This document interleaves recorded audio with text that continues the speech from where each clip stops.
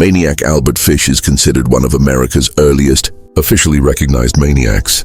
This old man kidnapped, raped, murdered, and ate children in the early 20th century. The exact number of his victims has not been determined to this day. I have always wanted to hurt others and make others hurt me. Albert Fish.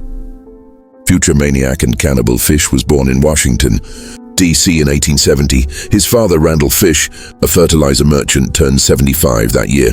He was 43 years older than Albert's mother. The maniac had 2 siblings, but he was the youngest. Much later, psychiatrists and researchers would argue that all members of the Fish family suffered from various mental disorders, most likely putting absentee diagnoses. Scientists tried to find the most realistic, from their point of view, explanation of what turns an ordinary person into a bloody monster. In any case, reliable evidence of mental abnormalities of Fish was not presented. At birth, the future maniac was named Hamilton. Then he was 5 years old. His father, Randall Fish, died right on the street from a heart attack. Fish had no special savings, and Hamilton's mother was forced to give him to an orphanage. There he received a nickname, consonant with his name. He could not get rid of it for a long time, because of what he did not like the name given to him at birth. Also, while at the orphanage, Fish realized that he took pleasure in pain. In those days, many orphanages in America practiced physical punishment in the form of whipping.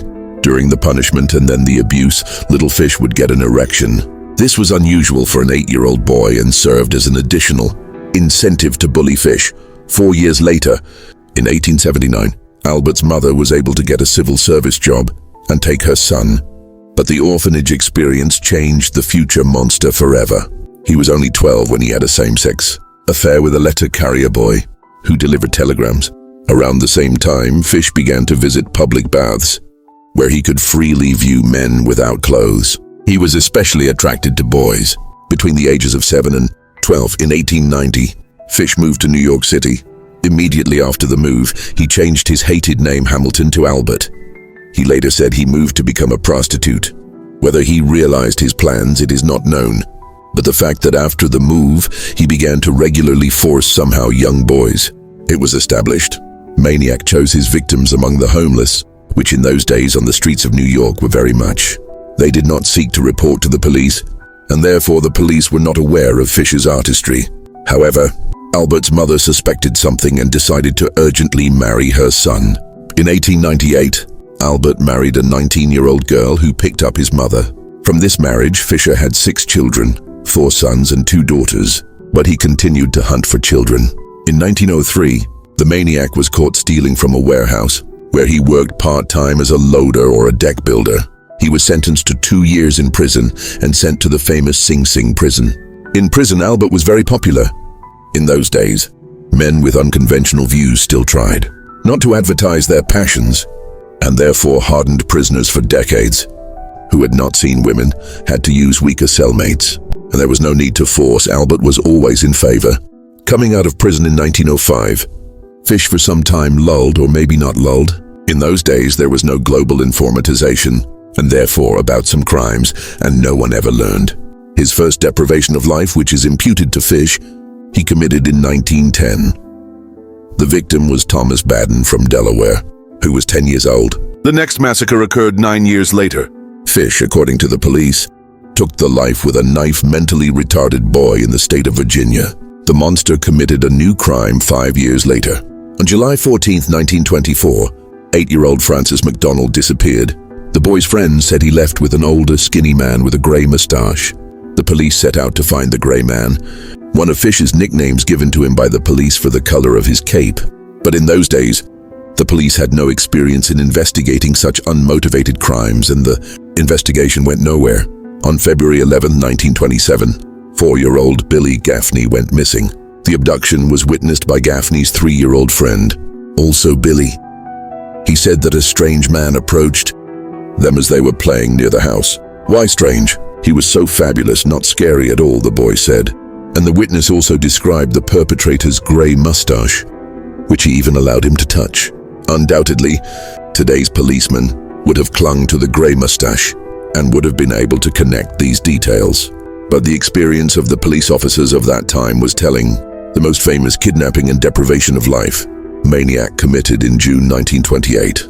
18-year-old Edward Butt filed an ad in a newspaper looking for work in the countryside and gave his address. That's where 58-year-old Fish went. It is quite possible that he wanted to kidnap the young man. However, when he arrived, he saw Edward's 10-year-old sister, Grace, and his plans changed. He spent a few hours at the Bud's house, promised to hire Edward, and left. He returned as promised a couple days later, stated for Edward to pack his things and he would come back for him later. While Edward was packing, Fish, who introduced himself as Frank Howard, a farmer, persuaded Grace's parents to let her go to the party with him because it was her niece's birthday. The trusting Buds let the girl go and never saw her again. By the way, 2 years after Grace's disappearance, the police arrested a certain Charles Edward Popper. That it was he who kidnapped the girl in the police reported his wife. Pop was put behind bars for 4 months, but in court his guilt could not be proven. But it turned out that Pop was going to divorce his wife and even moved out of the common apartment. A woman's revenge. And 6.5 years after Grace's disappearance in November 1934, her mother Delia received an anonymous letter. This letter, sent by a maniac, became the most famous of all the criminal's messages. The details of the executioner's message were too shocking. This is what was written in the letter. My dear Mrs. Bath, in 1894, a friend of mine sailed as a sailor on a steamer under Captain John Davis from San Francisco. They sailed to Hong Kong, China. Upon arrival, my friend and 2 other sailors went ashore and got drunk. When they returned, the ship had already left. At that time, there was a famine in China. Meat of any kind cost from $1 to $3 a pound. As the poor suffered most, all children under 12 years of age were sold for food to save their elders from starvation. A boy or girl under 14 was not safe on the streets. You could walk into any store and ask for a steak, and you would be served meat. You would be given pieces of a boy's or a girl's body. If you just wanted a cut of that meat, the butt of the boy or girl is the most delicious part of the body, and it was sold at the highest price. A friend who lingered there acquired a taste for human flesh. On his return to New York, he captured their boys, 7 and 11 years old. Hiding them in his remote home, he kept them tied up in the restroom. Several times a day, he spanked them to make the meat taste better. The first one he took the life of was an 11-year-old boy because he was fatter and had more meat. The smaller boy repeated the same way. I was living at 409 East Street at the time. A friend had told me so often about the taste of human flesh that I decided to try it in order to form my own opinion. On Sunday, June 3rd, 28, I addressed myself to you at 406 West Street. Brought you a basket of strawberries. We had breakfast. Grace sat on my lap and kissed me. I decided to eat her. I offered to take her to the feast. You said yes, she could go. I led her to an empty house in Westchester that I had picked out in advance. When we got there, I told her to stay outside. She was picking wildflowers. I went upstairs and took off all my clothes. I knew that if I did what I intended to do, I'd stain her with blood. When everything was ready, I went to the window and called out to her. I then hid in the bathroom until she came into the room.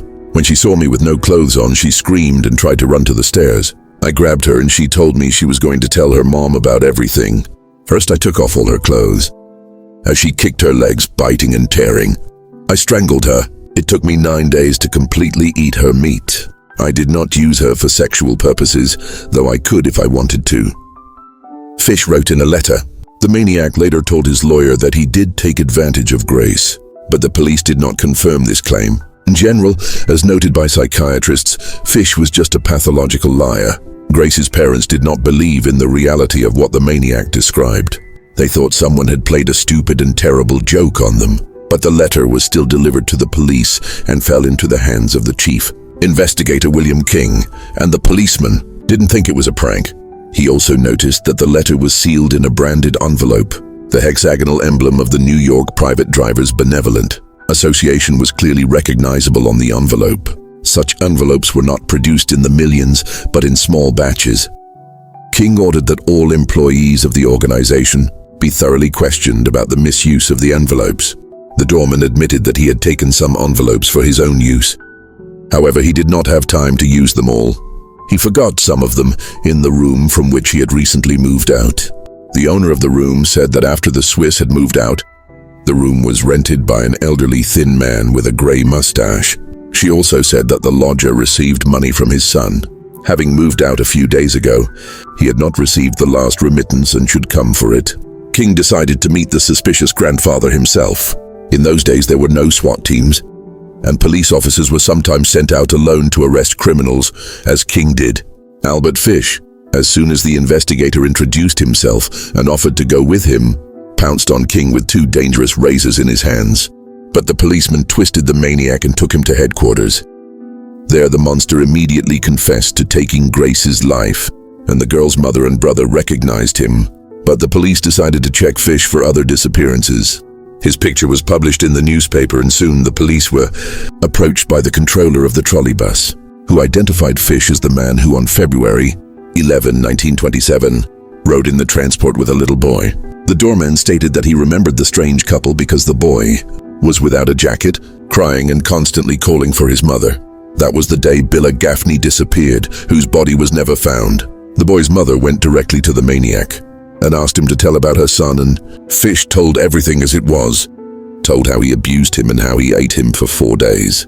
After Grace's mother's letter, most psychiatrists began to declare that Albert Fish was insane and could not be tried. Apparently, this was the verdict sought by the maniac who described his exploits, and the criminal also claimed that he deeply believed in God. And even when he ate his victims and drank their blood, he was just performing a ritual. But even though psychiatrists were inclined to think that he was insane, Fish was still tried by a jury. It may well have been a political decision either way. But on March 11, 1935, the trial began, and Fish was found guilty of 3 murders. The police accused him of 15, and the criminal himself confessed to 498. The trial ended 10 days later with a dead sentence. After listening to him, the maniac exclaimed, "What a delight to die in the electric chair. It would be the ultimate pleasure, the only one I have never experienced before." He was indeed a masochist and did not exaggerate the pleasure he derived from pain. When on January 16, 1936, Albert Fish was chained to the electric chair in the familiar Sing Sing prison, they could not pass the current through his body at once. The switch had to be turned on twice before the doctor pronounced him dead. The cause was discovered at the autopsy. It turned out that Fish had driven several dozen needles into his body. 27 of them were found in the groin area alone. The metal had interfered with the normal flow of electrical current. But it's the same metal that caused Fish unbearable suffering. I think the maniac got a lot of pleasure from the double execution.